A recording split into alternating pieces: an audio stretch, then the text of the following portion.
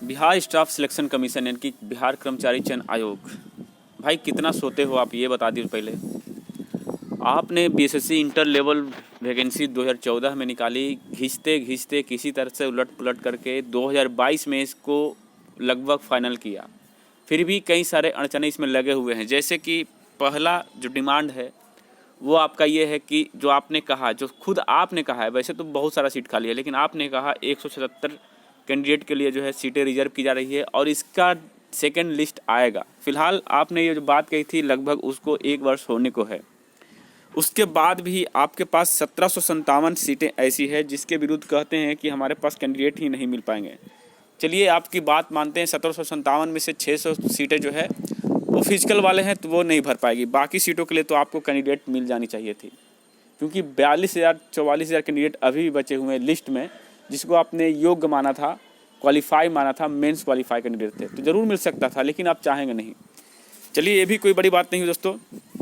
जो 1778 कैंडिडेट को आपने बाहर किया है उनको तो आप अंदर करने से रहें, क्योंकि बिहार में एक प्रावधान है कि अगर सीटें फुलफिल नहीं होती है तो वो सीटें बैकलॉग चली जाती है। ये नोटिफिकेशन में बिहार परीक्षा संचालन नियमावली 2010 में भी कहा गया है, लेकिन इसका मतलब ये नहीं है कि आप छात्र रहते भर में उनको आप बाहर कर दें और सीटें जब खाली हो तो उसको ना भरें। तो ये कहीं ना कहीं बिहार एसएससी पर एक क्वेश्चन मार्क लगता है। और ये पहली वैकेंसी नहीं है, बिहार एसएससी में जितने भी वैकेंसियाँ निकली हैं आज तक पूरी फुलफिल नहीं हुई है।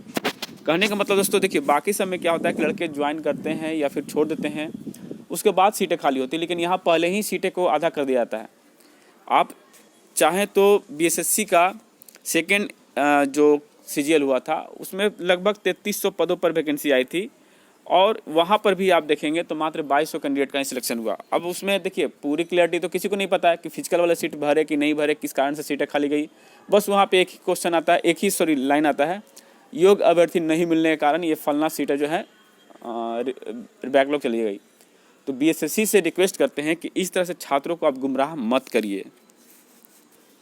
और छात्र जो है लगातार ये सवाल करते रहते हैं कि सर सेकंड लिस्ट कब आएगा। भाई देखिए, बीएसएससी एक ऐसा आयोग है जिसके पास कोई मनीष कश्यप नहीं पहुंचता है, किसी के गांड में इतना दम नहीं है कि वो डायरेक्टली बीएसएससी आयोग को जाकर सवाल पूछे।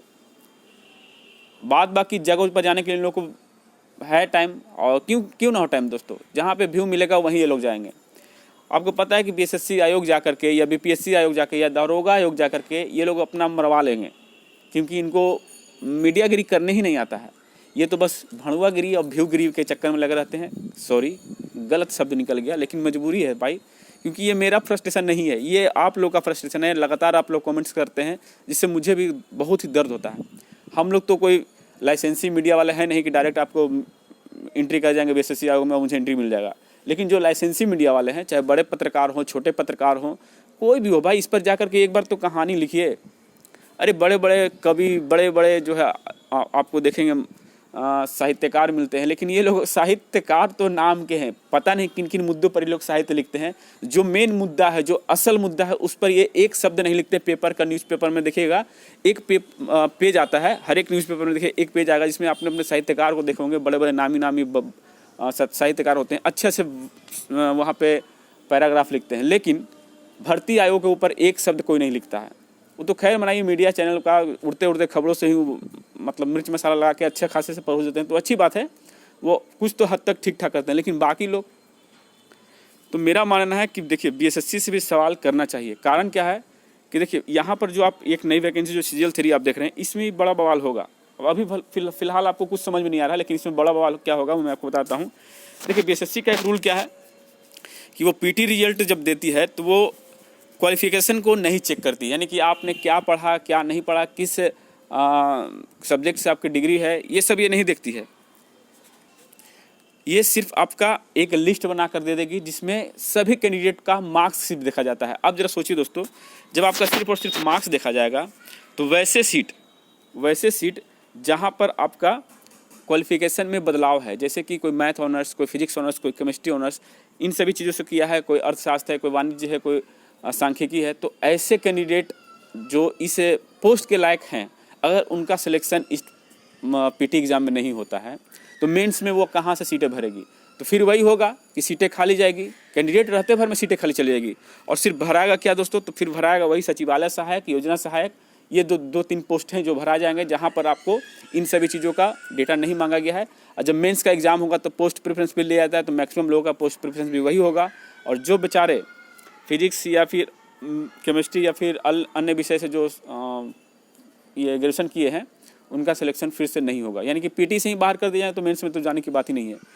तो बीएसएससी को इस पर भी सोचना चाहिए, इस पर भी सोच करके ही रिजल्ट दें। हाँ ठीक है, आप एक ही लिस्ट दीजिए, एक ही पीडीएफ दीजिए, कोई दिक्कत नहीं है, लेवल वाइज मत करिए, लेकिन हाँ उसमें उस कैंडिडेट का सिलेक्शन 5 गुना जरूर करिए। जैसे अंकेक्षक पोस्ट है, अंकेक्षक में मान लीजिए 370 पोस्ट है, तो 370 के विरुद्ध जो 5 गुना होता है, ये टोटल रिजल्ट चाहिए उस कैटेगरी के कैंडिडेट के लिए, चाहे महिला हो या पुरुष हो, जो इस पोस्ट के लायक योग्यता रखते हैं, ये होना चाहिए। अन्यथा फिर वही हाल होगा, जो सीटें बैकलॉग जाती है इस बार भी फिर चली जाएगी। तो इसमें छात्रों को भी थोड़ा सहयोग करना पड़ेगा, आपस में लड़िए नहीं। और हम बात करते हैं दोस्तों कि जो कोर्ट केस चल रहा है, ये भी एक फंसाव प्रक्रिया है। ये छात्र ही छात्र को बर्बाद करते हैं। अरे वैसे छात्र ये लोग बर्बाद करते हैं जिनको एग्ज़ाम से दूर दूर तक कोई लेन देन नहीं है। मैं आपको बता, ध्यान से देखिएगा कि बीएसएससी सीजीएल पर जो केस अभी चल रहा है या होने वाला है, या फिर लिस्टिंग अभी हुई नहीं है, जैसे कि 23 तारीख का सेकंड शिफ्ट और 24 तारीख का फर्स्ट शिफ्ट का जो एग्ज़ाम हुआ है, उसको लेकर जो कोर्ट में मामला चल गया है, जिन्होंने कोर्ट केस किया है, बता दीजिएगा उसमें से पढ़ने वाले आपको चेहरे से दिखाई देते हैं? हमें तो नहीं लग रहा था। भाई देख लीजिए, यही होगा जब रिजल्ट आ जाएगी, ये लोग मामला कोर्ट में पहुंचा चुके हैं, ठीक है, तो धीरे धीरे धीरे पता चला 6 महीने साल भर बाद स्थिति ऐसी बन गई कि उस पेपर को मान लीजिए रद्द करना पड़ा। मान लीजिए ऐसी स्थिति बन गई, तब क्या करिएगा? जो क्वालिफाई कैंडिडेट रहेगा उनका तो पूरा दुनिया ही उजड़ जाएगा। तो जो हो चुका है वो हो चुका है। अगर वो गलत होता तो बीएसएससी जब एक कैंसिल कर सकती थी तो वो भी करती, लेकिन उसमें गलत नहीं हुआ है, वो रिजल्ट ही बता देगा कि गलत हुआ है या सही हुआ है, ठीक है। लेकिन मेरा मानना है कि कोई भी धांधली वगैरह नहीं हुई। पेपर आउट होना, पेपर मीडिया में आना ही कोई बड़ी बात नहीं है। बीएसएससी इंटर लेवल का जब एग्ज़ाम हुआ था, मेंस का बात कर रहा हूँ मैं, तो उस समय भी पेपर बाहर आए थे, हम लोग वीडियो बनाए थे, यूट्यूब पे बहुत सारे लोग वीडियो बनाए थे। तो क्या हुआ वहाँ पर? तो 110 के 12 के करीब में जो है मेरिट बन गया सभी का। तो अगर वो वायरल हो गया था, और तो वायरल होने का मतलब अगर चोरी हुई है तो वहाँ भी कट ऑफ तो 130-35 होना चाहिए था, लेकिन नहीं, 106 नंबर तक वालों का सिलेक्शन हुआ है। 108 नंबर वालों का, कैटेगरी की बात कर रहा हूँ, ये अनरिजर्व तो 112 में सिलेक्शन हो गया है। तो वही मैं कह रहा हूँ दोस्तों कि देखिए इन सभी चीज़ों से दूर रहिए। और बीएसएससी से लगातार मैं यही बात करूँगा कि भाई 177 सीट जो आप बार बार रटते हैं, कम से कम उस पर भी तो लिस्ट दे दीजिए जिन छात्रों का होना होगा। और 1778 कैंडिडेट, आप लोग अपनी लड़ाई लड़ते रहिए, चाहे जैसे भी हो, जहाँ भी जाइए, लेकिन अपनी आवाज़ को बुलंद रखिए। आज नहीं तो कल आपके साथ न्याय हो सकता है, ये मुझे उम्मीद है। तो चलिए इसी के साथ वीडियो समाप्त करते हैं। जय हिंद, जय भारत।